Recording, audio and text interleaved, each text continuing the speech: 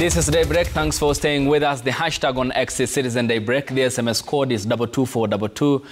At Citizen TV Kenya and at Ayub Abdikadir, we are discussing the standoff of a bursary following the circular issued by the Controller of Budget, Dr. Margaret Nyakango, and the thereafter dilemma that had ensued, the governors expressing uncertainty and concern over the scheme, which they said had supported many households across the devolved units in the country. Here is what the Nairobi County Governor, Johnson Sakaja, said yesterday during a news conference. It's not a function in the Constitution. In fact, it's not even a national function to do that. But we do it because of the state of things as they are. Bursaries have been issued for so many years. Has the COB just realized last week that we're supporting children in primary school? No, soon we'll just bring all the children there. And our someshe, ama atuambie what we do with these children.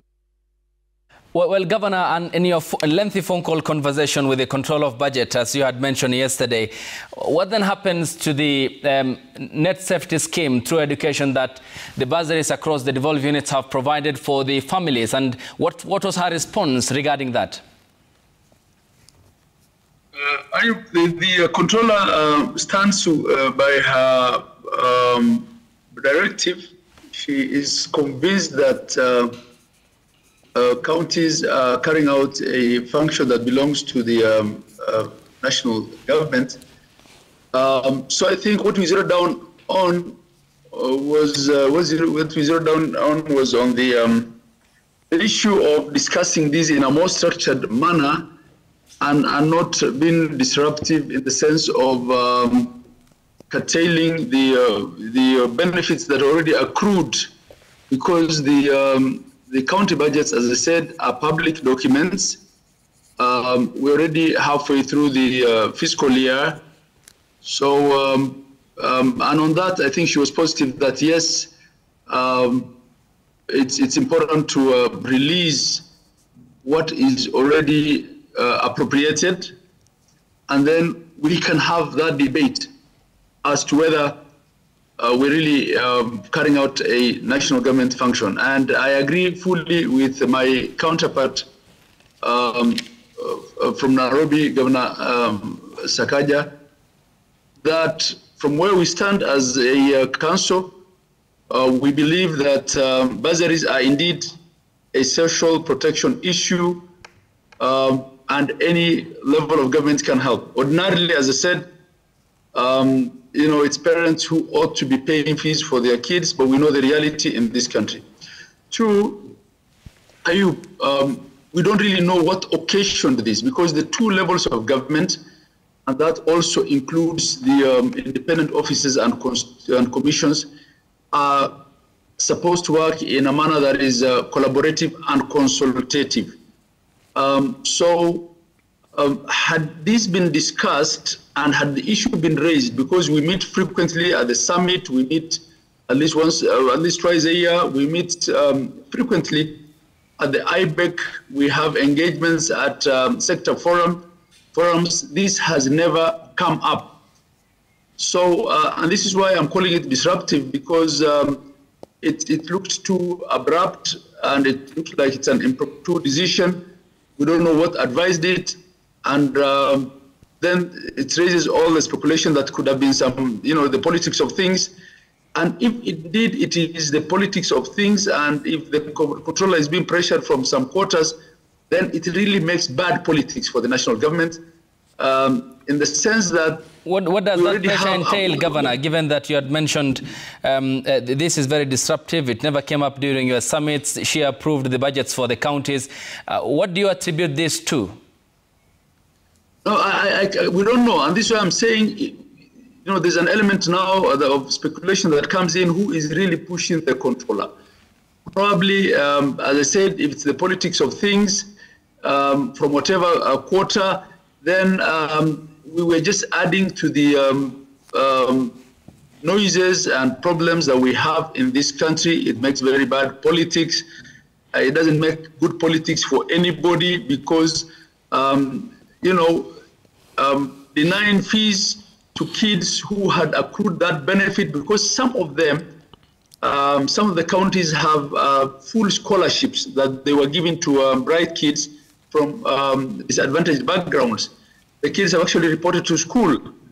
So I don't see how this makes good politics for anybody. And we think that it could have been handled better. Two, as was raised by the chair of the Intergovernmental Relations Technical Committee, the whole question of delineating the boundaries with respect to functions and policing really which level of government is infringing on the other levels, functions. I think if that was to be strictly followed, then from where I sit, we have actually gotten to a point where we thought it was really existential for national governments to follow back on devolution. In the sense that in our counties, we see a lot of devolved, transferred functions being carried out by national government ministries, departments and agencies, their sagas. And, we want to ask the controller, as they say, whatever is good for the goose is good for the gander. Thank you. Why is it that it is easy to pick a function that we think belongs to a national government being carried out by county, yet we've been overrun here literally by MDS carrying out our functions? Where do they get the money? Why does she approve? I think these are questions that we'll discuss in that structured engagement that I talked of. Okay, well noted. And coming to you, Honorable, you had an unfinished point. I'll come to Bwana Chairperson. Yes, I think there are a lot of confusion about distinct roles on certain programs within education. So things to do with bursaries, the Constitution does not specify whether it is a function of national or county. And therefore, the bursary aspect, there are many players. There's a presidential bursary scheme, corporates, bursaries from banks and other institutions. The CDF, they also execute some bursaries, the women representative kitties, the governors. And to me, that is noble. And that should only be enabled via legislation. And I think what the Council of Governors should be doing, together even with the IPEC, when they meet with the Deputy President and intergovernmental, is to clarify in national legislation, rather than leaving it to the respective counties to make it, because it's a national matter. So we really need to have the national legislation clarify this. And let us not only deal with the items of bursaries. There are many other functions that are still conflicting, that are not clarified. Is it conflicting? Because I'm looking at the structure, just hang on, of what the national government should undertake: education policy, standards, curricula, examinations, education the granting policy, of university standards, charters. curriculum, that includes universities, tertiary educational institutions, and other. And functions and activities are so wide. Functions and activities are so wide. Allow me to outline, for example, I'm bringing in the technicality aspect because I hadn't finished. Then you look at the counties, it's pre-primary education, village polytechnics, home craft centers, and children and childcare facilities. How is this technicality contributing to such a standoff that we are seeing? If you look at those distinct roles, it doesn't even capture other aspects. For example, bursaries is not captured. It is not captured. How will this be addressed then? Because since we're talking about bursaries. That can be addressed through legislation to enable both parties and other parties to play a central role. That is one. Infrastructure, if you look at it, infrastructure is not captured. And if you look at many jurisdictions all over the world, schools infrastructure is a function of actually county government. And so we cannot tie their hands. It is time we identify certain functions that can be performed by counties and enable them to do within the counties while retaining the original spirit and other functions like curriculum, like national policy and employment of teachers. So if I can quickly point out key issues, one is bursaries. It needs a discussion, it needs an agreement, it needs legislation so that there is no confusion. And so that the control of budget, and it's wrong for the control of budget to talk about it in 2025 when she did not talk about it in 2013. It has been executed over time. She wasn't in office then, but that is number one. Number two, school feeding program we have seen is going on here in Nairobi. It's essential and is being done by the county government of Nairobi. That should be clarified. That role can be jointly executed by both national and county government. 3, employment of teachers. And this is a matter that we even contested in court. It wasn't very clear. Now that we have a constitutional commission called TSC, even early childhood education teachers should fully be taken over by Teacher Service Commission. And then lastly, the school's infrastructure. County government should be allowed to do so. And therefore, we need clear legislation to clarify this. So the confusion we have is because of lack of clear legislation to clarify certain roles. And this is where the Ministry of Education has to come in.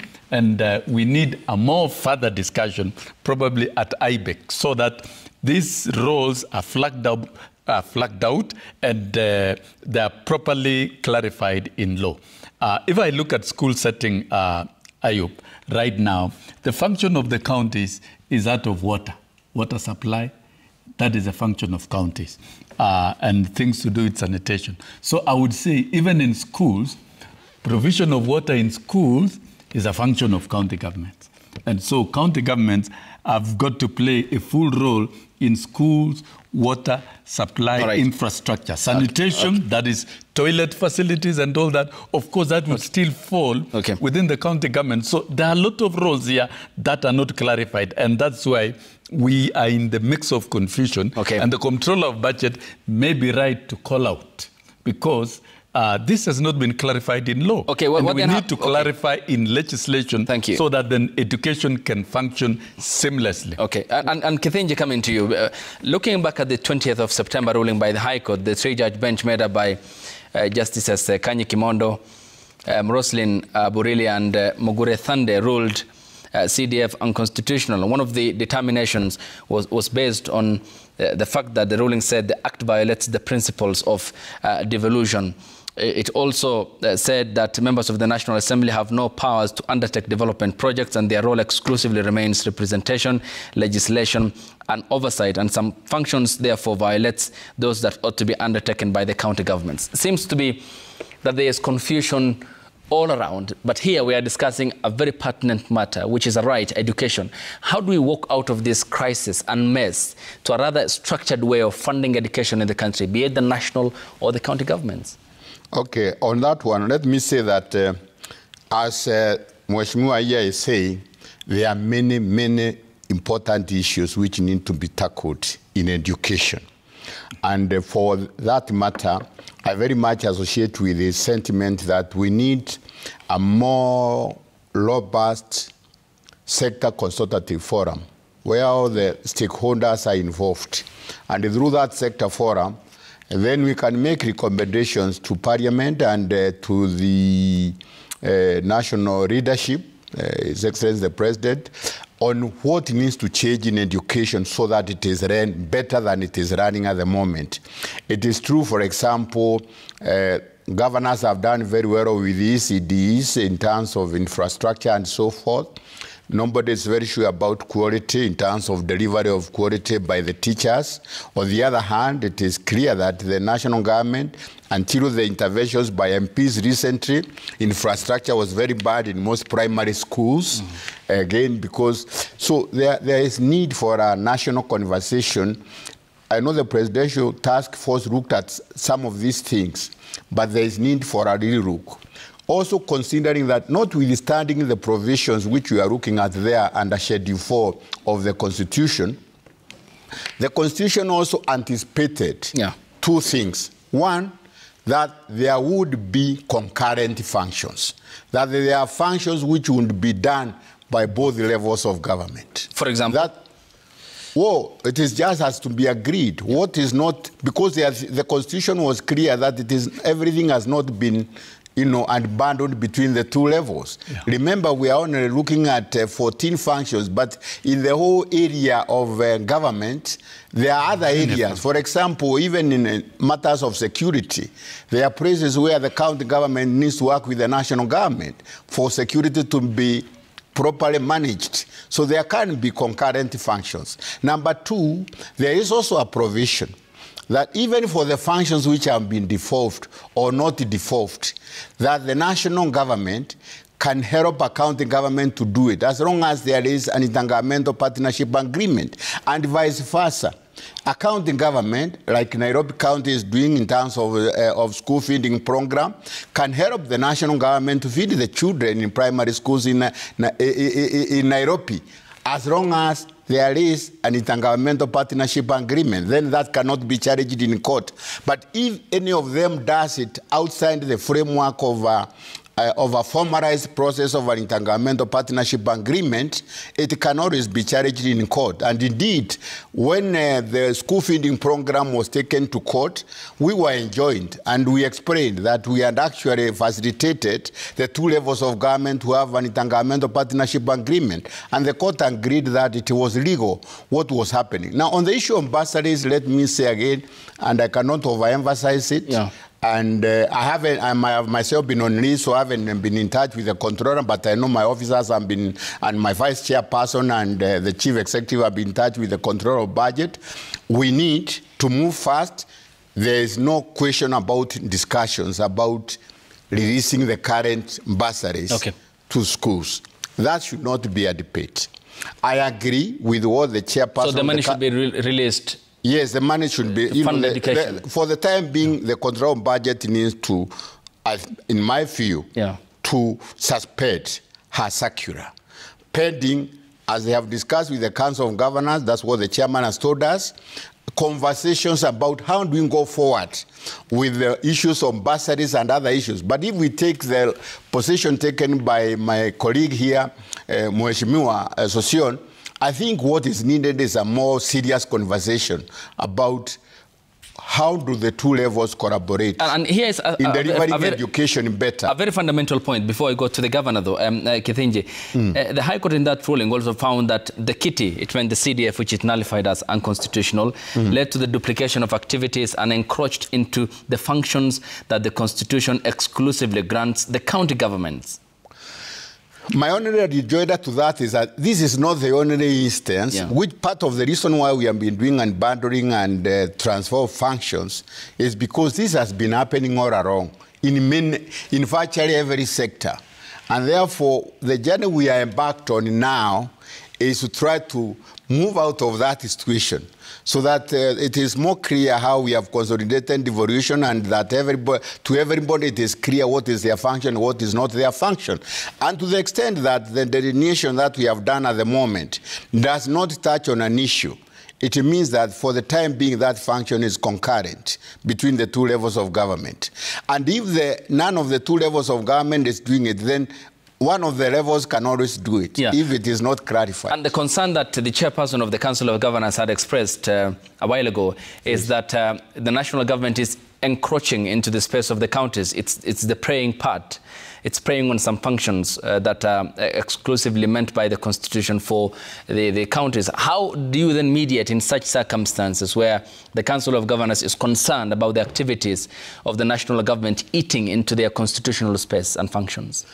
First of all, let me say, of course, the county governments probably even could have gone to court to stop those functions. But one thing, of course, you don't want to stop development to your people.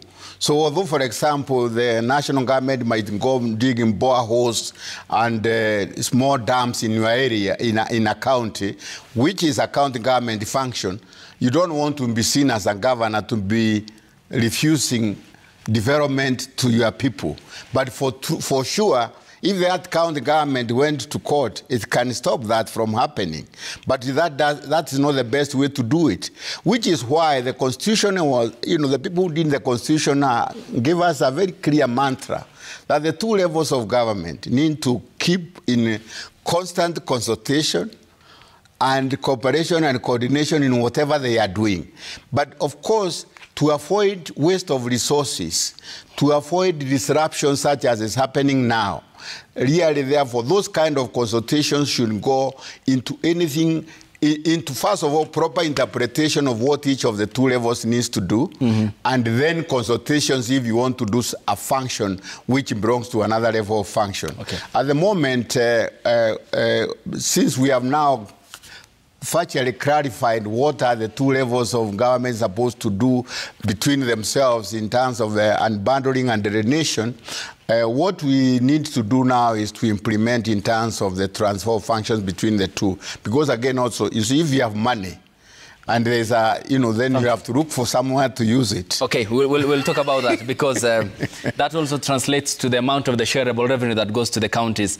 And Chairperson, in the meeting that is set to happen on the 27th, I beg, do you then look forward to raising these matters as governors with the control of budget, perhaps to understand a point of view and seek further clarifications as to what possibly informed her circular?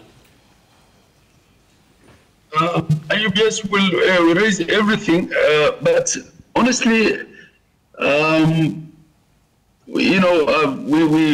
raised issues about the manner in which it was done, but it may well be that it wasn't really a bad idea for the controller to start this matter, and cause this storm, because yes, we felt that it was not timely. We didn't know where it was coming from.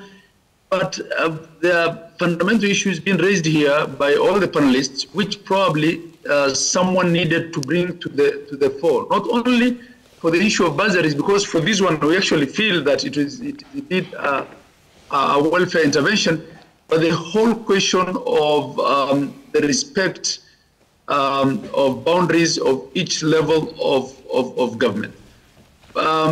The questions for the controller, though, will be, why is it easy, as I say, to identify that counties are doing work for national government and not vice versa? And how do we eliminate or reduce to the minimum these overlaps? And I don't want to get into the question of CDF because the National Assembly thinks it's governors that are fighting CDF. And yet this is it's been a constitutional concern, a concern from the perspective of constitutionalism. The CDF case was first filed in 2015. We were just enjoined as a council. It is not our case, but there's a wider issue of what is the role of each elective office? Why do we elect MPs? Why do we elect governors? Why do we elect senators? What is their role? Because we have increasingly, and I'm not saying this for this regime, but since the adoption of this new constitutional dispensation, converted every elective position into an executive position. And when that happens, then it becomes even difficult to strictly abide by the Constitution. And MPs are powerful. Frankly, they are, even for the national executive. And we have these conversations where, for instance, now the county government's Additional Allocation Act is in limbo because of the Road Maintenance Levy Fund. And why? Because as counties, we have said the Constitution is in black and white. There are only two types of roads in the Constitution. There are only county roads and national trunk roads. So can we be given as county governments our share of the Road Maintenance Levy Fund so that we can fix county roads? Is that not happening at the moment, Governor? And it's not happening at the moment. And when it didn't happen, the Council of Governors went to court, and the court froze the portion of the funds that they thought related to, as we argued, as we pleaded, related to the county roads. And as a result of that,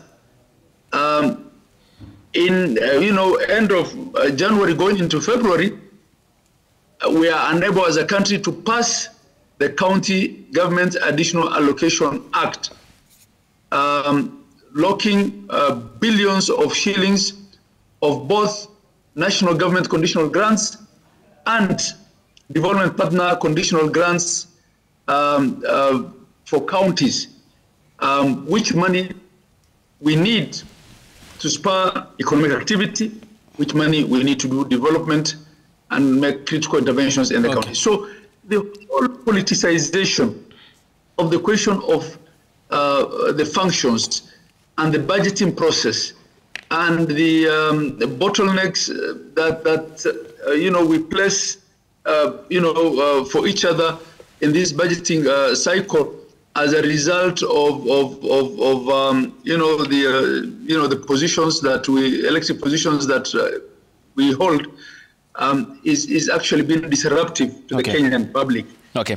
So this need to be clarified in law, and if they are already clarified in law, as for instance the roads issue is, we believe, and by the way, roads is one concurrent function because we have certain roads that we do, and there's certain roads that national government.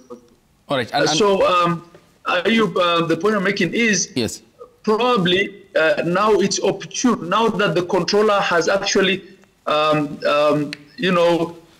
raised this matter and awakened all of us to this debate, then can we have it in a structured manner? Okay. We let this pass in terms of what's already appropriated.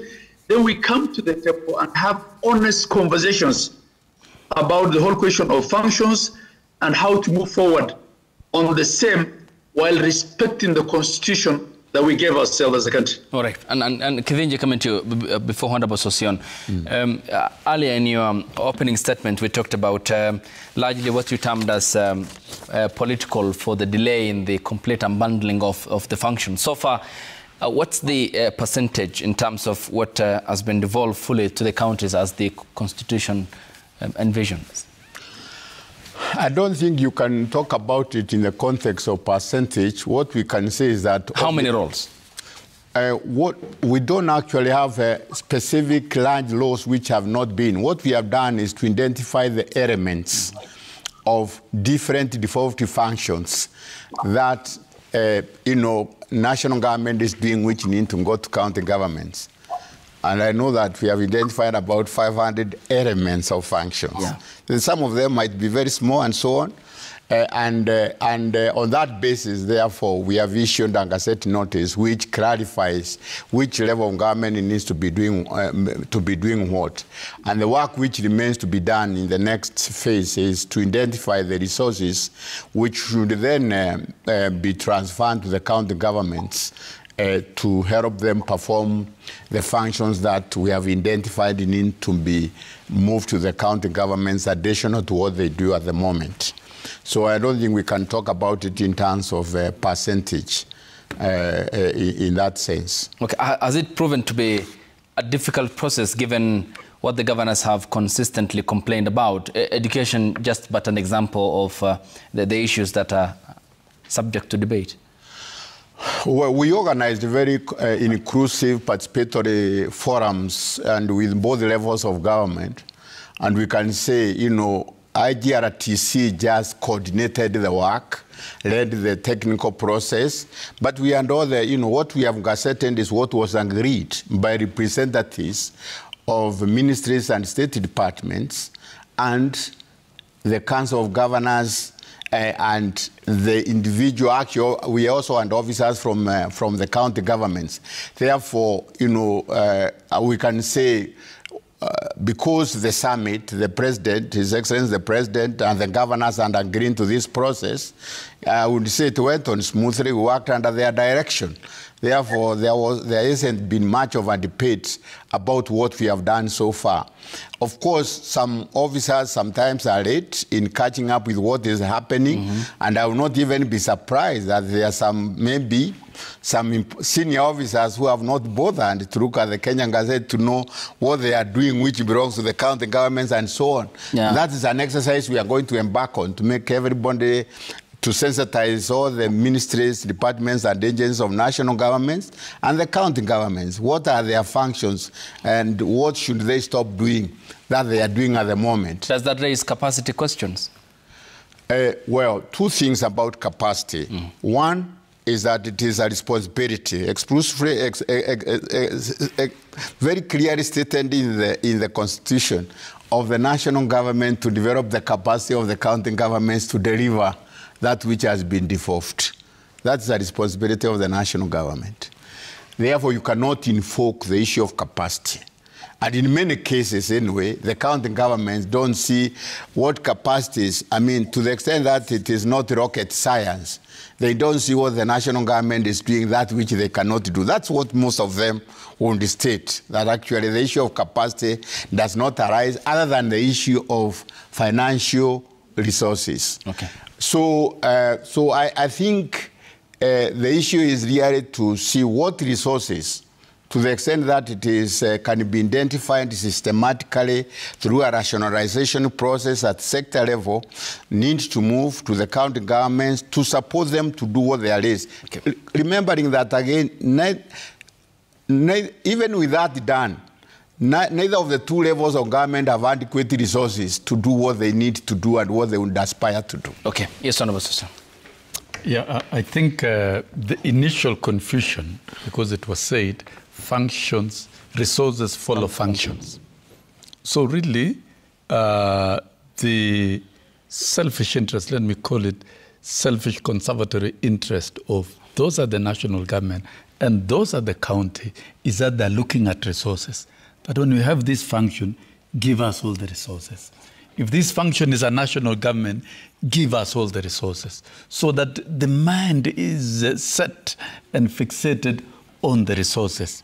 But I think we should be able to turn the coin and look at the services.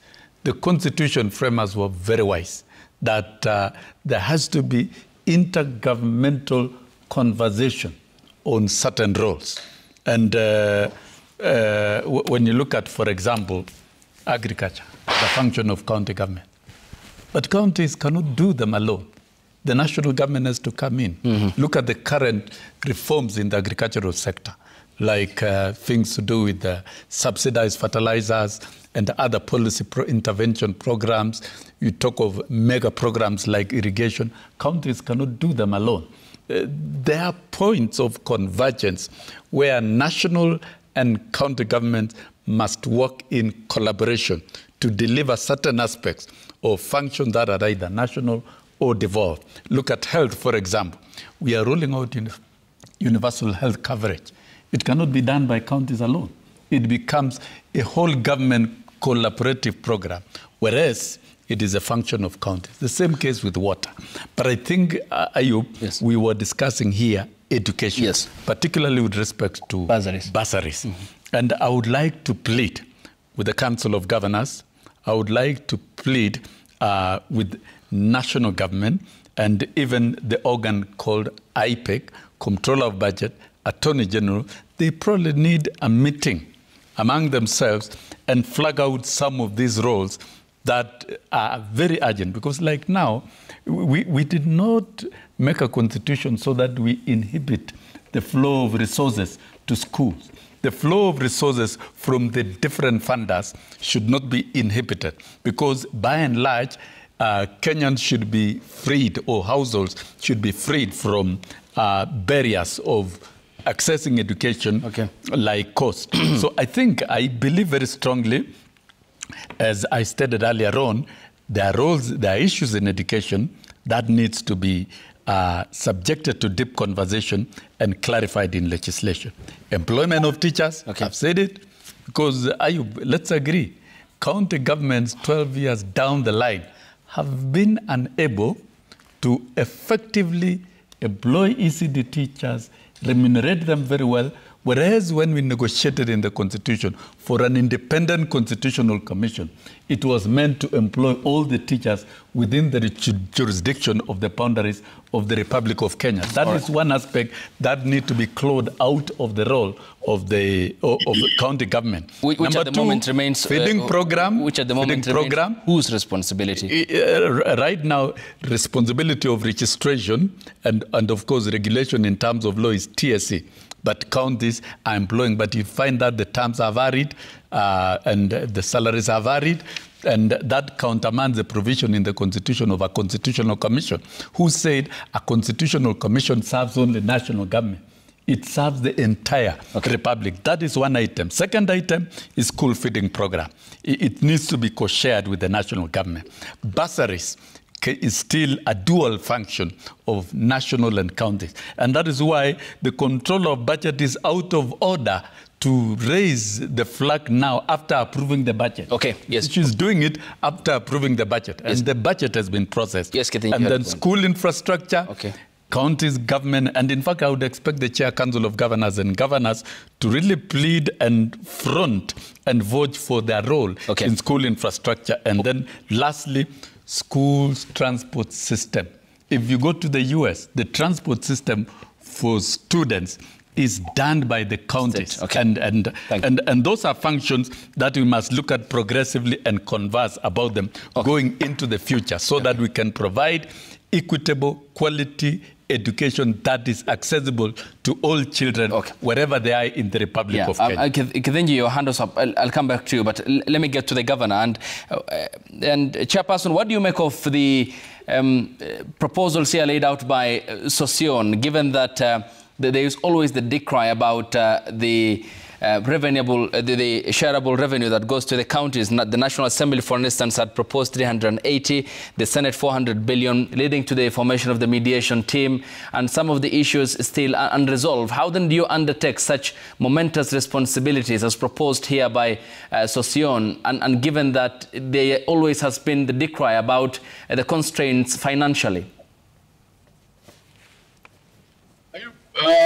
Honorable Zaman, I respect a lot when it comes to matters of education, but I don't concur with him on the issue of the state of ECD teachers. You know, as of today, there are well over 42,000 teachers, ECD teachers, across the 47 counties. 12, 13 years ago, before devolution, we can actually probably say that function never existed in counties, in the sense that only a few municipalities really had nursery schools for which they were paying salaries of teachers. Today we have over 42,000. We have a scheme of service. In many cases, 90% of the cases, I would say, the ECD teachers have now been transferred to the agreed scheme of service. So I think he's probably not updated on that matter, but I concur with a lot of the things that he's said, and as I said, I respect him a lot, because he's been in this space for long. Now, on the question of capacity, there is no county that doesn't have any capacity to do any function today. This is 14 years down the road. The average county has over 4,000 workers. They have engineers, they have, you know, consultant doctors, they have architects, they have everything that they need. So the question is one of constitutionalism. It is one of the whole, issue of flow of funds and resources following functions. So, as I have said before, national government does work in health, in agriculture, in, housing and markets, and all manner of things that actually are devolved and transferred. So, and then there's the question of every elective position being, quote unquote, being an executive position. So I think those are the debates that we need to have. And with respect to resources, from where we sit, I think as a council, the numbers that we have crunched, not only these last 2.5 years under this regime, but even previously, from the first cohort of governors, we believe that at least the funds relating to devolved functions which are being held at the national level are in the region of conservatively 50% of what counties are getting today. So if those funds were isolated, identified, transferred to counties, then even the whole fight of which county gets what and pitting counties against each other under the CRA formula will not be there. Yes, also the instances where I think bursaries is not a good example of counties infringing on the space of national government, because as we have all agreed in this panel that bursaries is largely a welfare intervention. So just like a disaster happens or an emergency happens and people need food, national government can bring food, county governments can buy food. So bursary is in that class. But there are instances actually where out of need, counties have actually even done national government functions. For instance, if you have a major road to one of your constituencies, which is in the rural parts of the county, and that road is cut off, and for 6 months or for 1 year, you have tried to get Kenha to fix it. For instance, even a national trunk road, and Kenha either doesn't have the resources to do it or doesn't see it as a priority. You have raised it with everyone in the chain. What do? Do you say as a governor, you let that part of the county be cut off from the center? No, you have to do a bridge or fix something. And there are counties that have used their money to put up medical training colleges. Okay.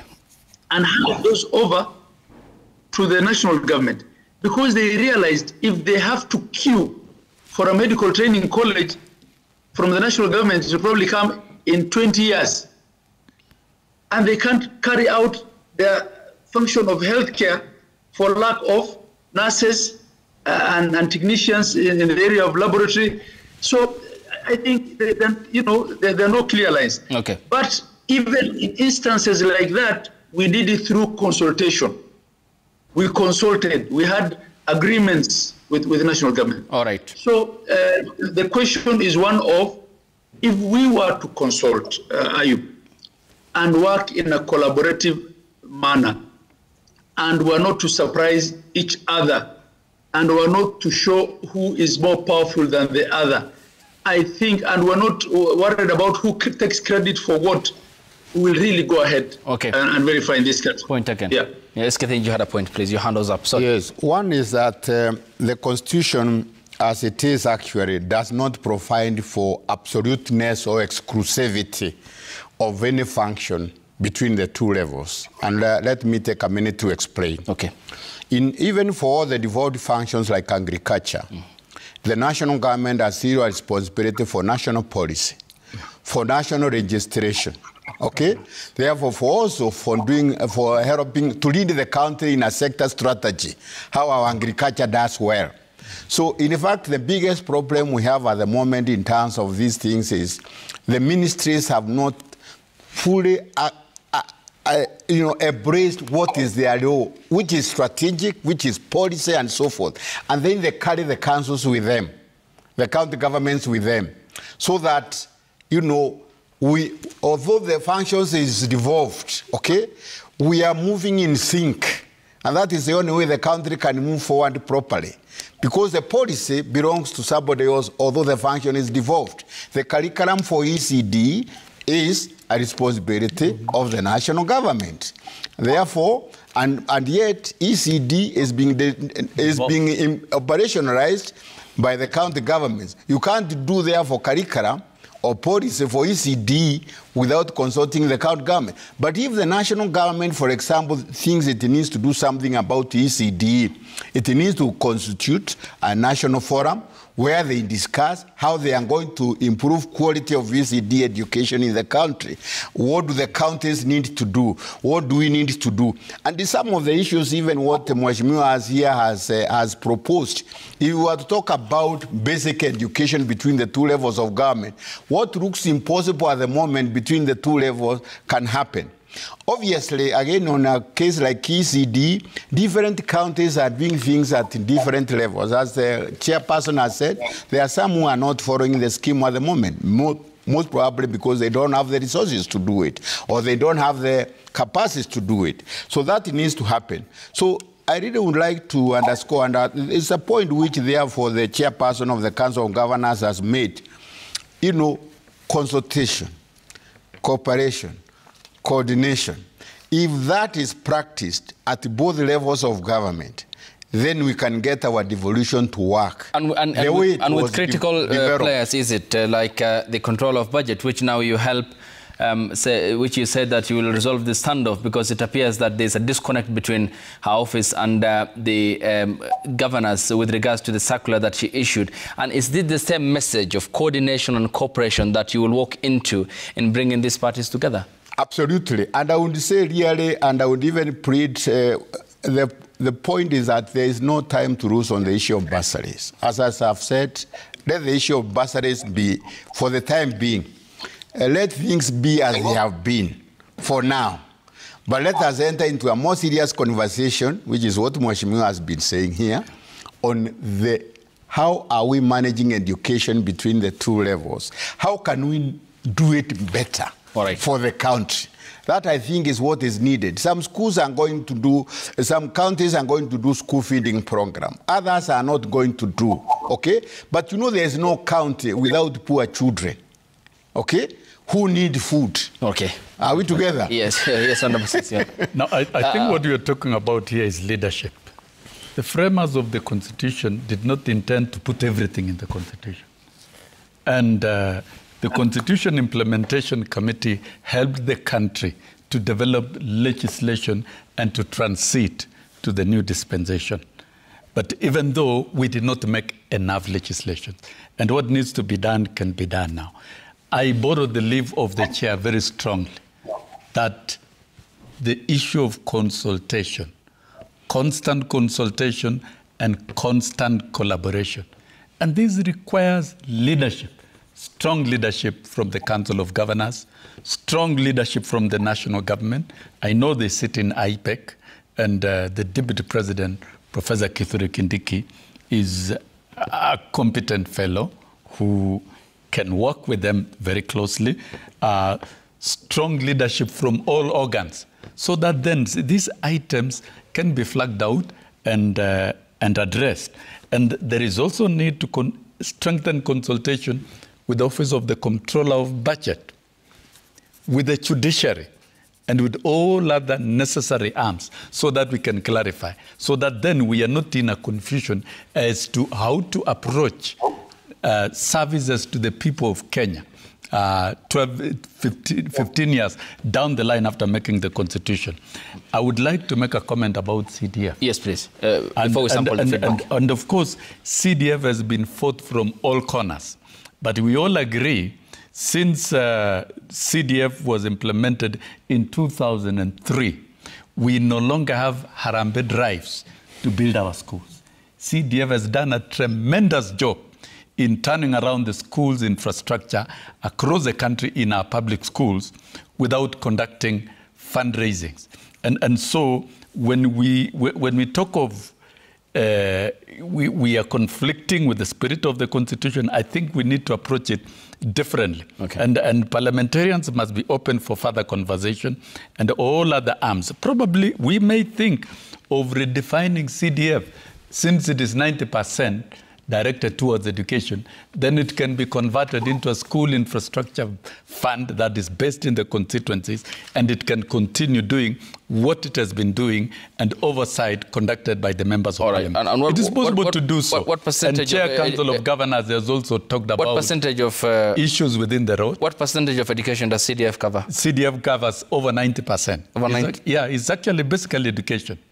How about security and? Little insecurity. You'll find they're doing 1 or 2 officers of the sub-chiefs or 1 or 2 police stations, but mostly they're building infrastructure in schools and also financing a lot of the bursaries. And if you look at what is happening in Kiharu constituency, what Ndindi Nyore has done is developed a model where it is possible to facelift the infrastructure of all primary schools, put capros, put tiles, do landscaping, and do the same infrastructure in secondary schools, and even focus on tuition, focus on meals and many things, to an extent that for day secondary schools in Kiaru constituency, parents only are able to pay 1,000 shillings. So I would like to say, fundamentally and factually speaking, CDF is a real game changer in the education sector. And when the judiciary pronounces itself in terms of abolishing, we get scared in the sector. And I think this is something that can be revisited so that we can align its operation to the current constitutional dispensation without disenfranchising schools. Thank you. So all these noble programs, we must midwife them. And what is needed most at the moment is leadership and consultation. Leadership and consultation. And I believe the chairman has the capacity to put all parties together.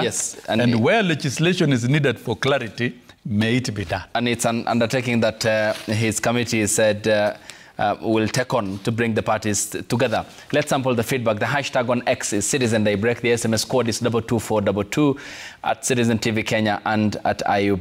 Abdikadir, here is what you are saying, and to take note of the questions and the observations that you have made. Bobotieno Wino says the control of budget was right on her directive for governors to suspend bursaries as stipulated in the Constitution of Kenya 2010, and they are using it to embezzle funds, hence encouraging corruption. Franco Rinde says time has come to rethink how we support education in Kenya. Bursary funds managed by political officers often lack transparency and create opportunities for favoritism and corruption. We need to invest in universal free education by funding institutions directly. K. Deal says this issue is the only issue apart from the impeachment that all legislators will stand in unison. Where there is smoke, there is fire. Where there is always fighting on anything related to money in this regime. Samuel Award says if issuing bursaries by the counties is unconstitutional, why do the governors still insist that they must give them instead of liaising with the national government to have it undertake it and free more funds for other pressing matters? Sir Nixon Ndugure says poor education funding is likely to lead to poor education. Poor education is like a weapon of mass destruction. It's our humble call as parents and guardians to the government to create a very favorable environment for the education sector. Remy Butia says the control of budget should give room for dialogue with intergovernmental organs on the issuance of bursaries by county governments. And Sawe says, why are governors overly concerned about who distributes bursaries? If the funds are truly meant for students, does it matter who hands them out? County bursary programs have often failed to serve their intended purpose. And the final one from Bob says, listening to Mr. Kiragu, Kinley, Kenya is still a unitary state, just like I remember former late President Kibaki once said, because of counties can't stand on their own, they depend on the national government to survive. Let's go to the governor for his final comment here on the broadcast. Governor, relating to the feedback from the viewers and as well as the current state of affairs, the IBEG meeting coming up, are you optimistic on the ironing out of these differences that crop up at times? I want to clarify that there is no funding or additional funding that county governments receive for bursaries.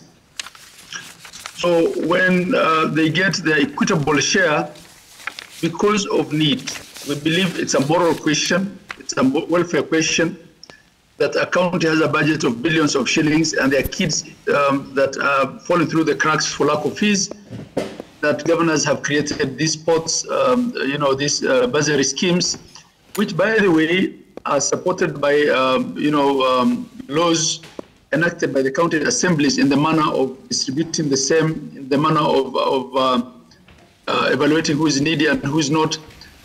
So there is no, it's not a fight for funds, because we are not getting additional funds to do bursaries. We are giving bursaries out of what we already have through the equitable share. Number two, on the consultations, I'm a strong believer that when people talk, they find solutions. And it's also a requirement of our constitution. Under Article 6.2, It's very clear, yes, the Constitution respects the separate and distinct governments that we are at the two levels, but also recognizes that we are interdependent, and that interdependence requires us to consult and to collaborate. And all I wished for was that the controller had discussed this matter with us, either at IBEC or through any other engagement, so that we then agreed on a way to navigate, and then all these noises that you're seeing with respect to this matter will not have been there and will not have been disrupting kids who are already in school. Mm-hmm. The damage has already been done, but we believe the solution is still, lies with talking to each other, and this is why we are talking to the controller. Okay. We are talking to the Government Relations Technical Committee. We will talk to the National Minister of Education, as well. We will agree on something that works for everyone. It's my hope. Okay. Kethenji, your final comment. Okay, thank you. I'll just print that we have conversations before the IBEC between all the key stakeholders, especially between the Controller of Budget and the Council of Governors, so that they will be coming to the IBEC to tell us what they have agreed. But in the meantime, I would say it would be good that we have a clear position from the controller that the money, that bursaries are going to be dispersed to the students, because there is no time. The term has already begun, so there isn't much time for discussion, and we should not go to the IBEC to get direction on how to consult.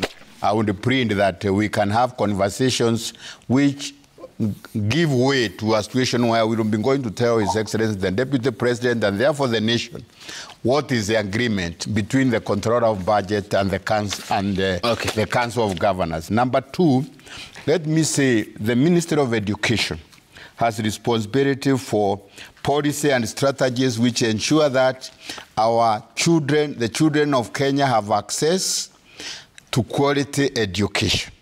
They have all these issues, because bursaries is about access. All those issues, the ministry is at the center of it.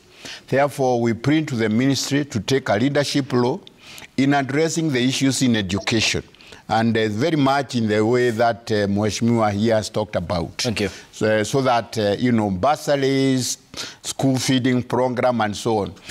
We don't have enough resources to do everything.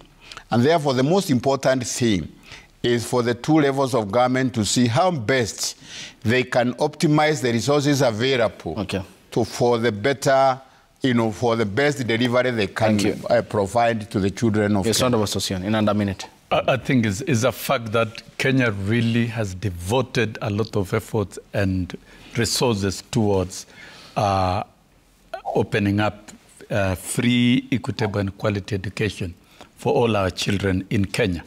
And 650 billion that is devoted through the national budget is a welcome move. 650, yes. And then funding from the corporate bursary schemes, which runs into millions of shillings, and support from county government through bursaries, and of course funding through CDF. All these consolidate to open up more access to many children in this country. Thank you. I would urge that we advance this conversation, concretize the policies, come up with legislation, so that then as a country we can mount equitable quality education access to all our children wherever they are in the Republic of Kenya. Thank you. It is good as a country that we educate every child and allow every child to access quality education. Thank you. Much appreciated for your time. Kethenji Kiragu is the chairperson, the Intergovernmental Relations Technical Committee.